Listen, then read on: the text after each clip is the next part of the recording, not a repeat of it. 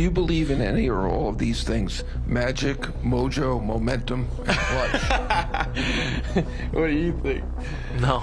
No? I believe in us working hard and the results will happen after. The New York Mets might be the real deal, and the Phillies might just be their next victim of their never say die mentality they currently are steamrolling forward with. When it seemed New York would end up losing a heartbreaking one-run game strictly because of Zack Wheeler's dominance, the Mets struck gold once Wheeler went out of the game in the 7th inning at 110 pitches, flipping a switch and spoiling one of the greatest postseason starts in recent memory. Quickly though, if you guys enjoy this type of content, subscribe down below to help me reach my goal of 500 subscribers by the end of the year. Also, if you enjoyed this video, like down below as it helps me grow a ton. Now, with that out of the way, let's get right into the video. The Phillies somehow, someway, threw away a historic postseason start from Zack Wheeler, who threw 7 scoreless innings of one-hit baseball against their division rival Mets at home. Wheeler was in control like we have not seen in his career, and he got off to an impressive start, throwing 11 fastballs for 11 straight strikes to start the game, keeping the Mets hitters off balance with 30 swings and misses throughout the game, the third highest total of whiffs from a starting pitcher in a postseason game since 2008. So naturally, after your starter comes in and locks down the Mets' red-hot lineup as he did, you'd expect the Phillies' accomplished veterans and their lineup to get Wheeler his run support to win the game. Wrong.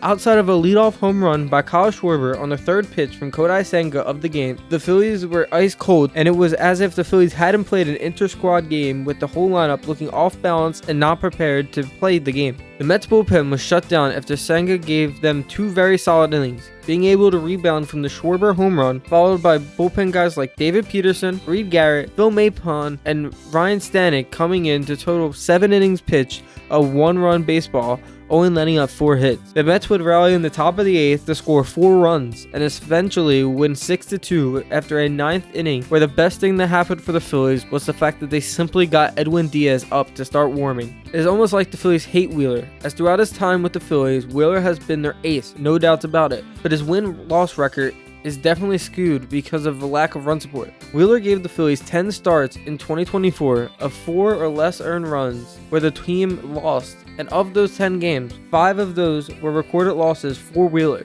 He would finish the season with 7 total recorded losses. In fact, in 3 career starts with the Phillies in the NLDS, Wheeler has lost all 3, despite having given up only 8 hits and 5 earned runs. Now, Wheeler is meant to be the Phillies' ace, and he has done that when called upon, especially when in the playoffs, but the lack of run support is seriously hurting his legacy in a Phillies uniform. It is usually not a problem because of his dominance, but it just became a big problem on the national stage. You just simply cannot have your starter go 7 innings, keeping you in the game by only giving up 1 hit on a national stage and not get the win. It being the playoffs only rubs more salt in the wound. The Phillies offense simply needs to be more patient, especially when facing bullpen arms. The overswinging and constantly trying to make every swing a home run clearly is not working, and Zack Wheeler is a direct victim of it. The last thing I wanted to touch on in this video is how the Phillies bullpen that had 2 pitchers make the All-Star game this season imploded when called upon, and that is the most worrisome aspect of this loss to me, as it was the backbone to lean on for multiple games this season with the 5th starter fiasco that the Phillies went through. So, I hope this is nothing more than rust of not playing for almost a week, but it definitely is not something that anyone from Philadelphia wants to see after their struggles for years to find a steady bullpen. The Mets' momentum seemingly has no end in sight, and their never say die mentality has them looking like serious contenders here in October. But the Phillies are doing themselves no favors by the way they are currently playing on the offensive side of the ball. Do you guys think the Phillies will be able to rebound after such a historic breakdown? Let me know in the comments, and make sure to like the video because it does help me out a ton. Otherwise, YouTube suggests you watch the video on the screen now. I hope you guys have a better day than Zack Wheeler did, and yeah, I'll see you guys in the next video.